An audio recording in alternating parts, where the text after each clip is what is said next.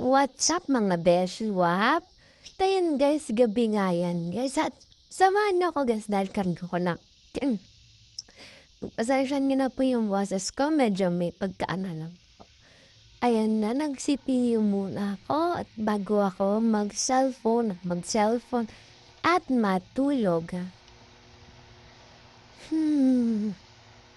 Ayan.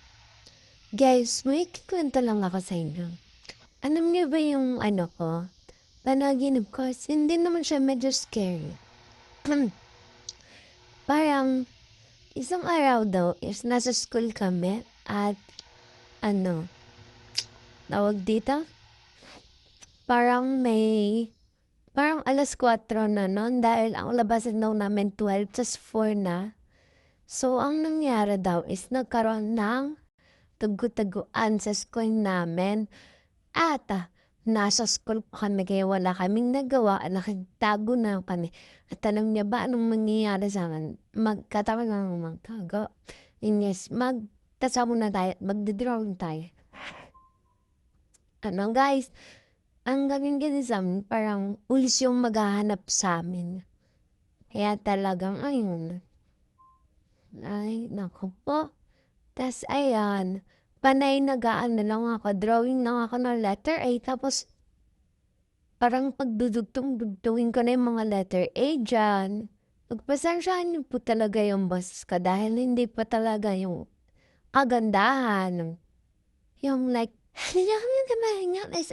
gano'n.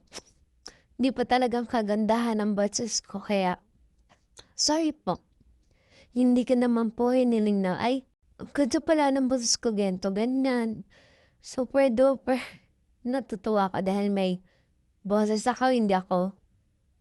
Alam niyo na parang wala kang kapansanan.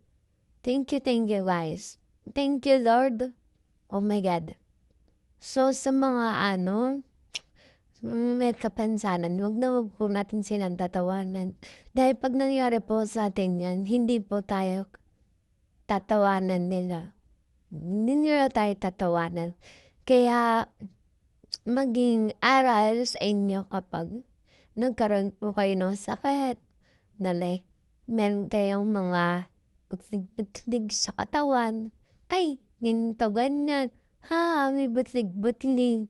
He, si ganito ganyan, may butlig-butlig. Diba? Naranasan yung pagtawanan, diba? So, ayan nga guys, nagda-drum na ako. At, eto, this is the final look. Oh my